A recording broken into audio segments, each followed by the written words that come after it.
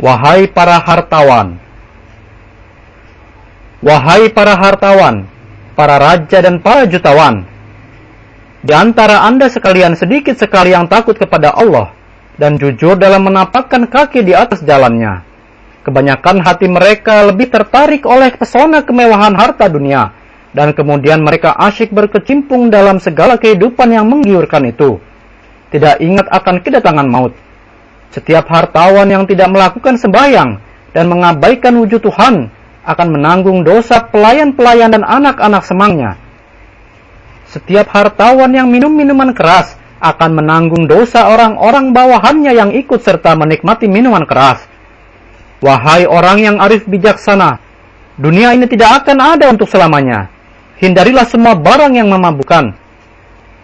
Tidak hanya minuman keras seperti anggur, bir, whisky, dan sebangsanya yang memabukkan itu, melainkan juga candu, ganja, marijuana, morfin, todi, dan tari.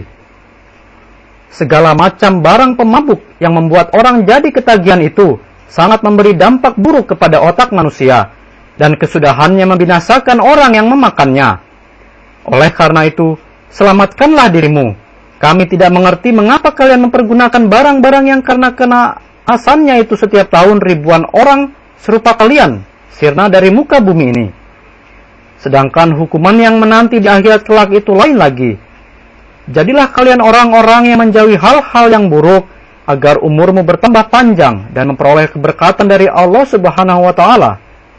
Menikmati kemewahan hidup yang melewati ambang batas adalah suatu kehidupan terlaknat, sebab hal itu di luar batas budi pekerti, tidak berhati dan tidak berjantung, mengabaikan rasa kasih terhadap duka nastapa sesama makhluk.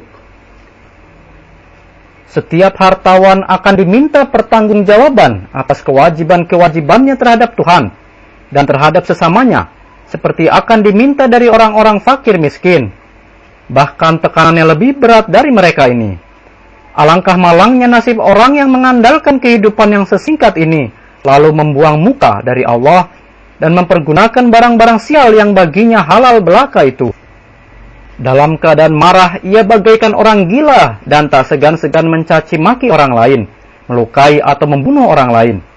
Dalam keadaan bergeloranya syahwat, ia bertingkah laku jauh dari rasa malu sampai batas puncaknya. Oleh karena itu, ia tidak akan sempat mengenal kesejahteraan yang hakiki. Wahai anak-anakku sayang, kamu sekalian tinggal di persada bumi ini hanya sebentar, dan itu pun sebagian besar telah kamu lewatkan.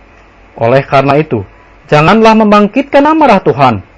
Seorang penguasa duniawi apabila marah terhadapmu dapat membinasakan kamu. Oleh karena itu, pikirlah olehmu dalam-dalam, bagaimanakah kamu bisa menyelamatkan diri dari kemurkaan Tuhan? Apabila pada pemandangan Allah kamu seorang yang mutaki, tiada seorang pun dapat membinasakanmu.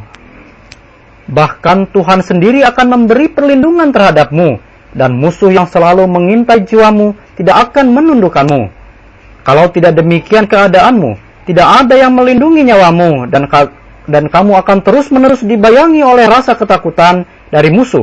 Atau dalam keadaan kamu ditimpa satu kesusahan, kamu senantiasa hidup dalam kegelisahan, dan hari-hari terakhir dalam hayatmu akan berlalu penuh dengan duka cita dan penyesalan-penyesalan. Tuhan akan melindungi mereka yang menyandarkan diri padanya. Oleh karena itu, datanglah kepada Tuhan dan tinggalkanlah segala hal yang bertentangan dengan kehendaknya, dan jangan lalai dari menunaikan kewajiban terhadapnya. Janganlah hendaknya kamu menganiaya makhluknya dengan ucapan-ucapan mulutmu dan perbuatan-perbuatan tanganmu.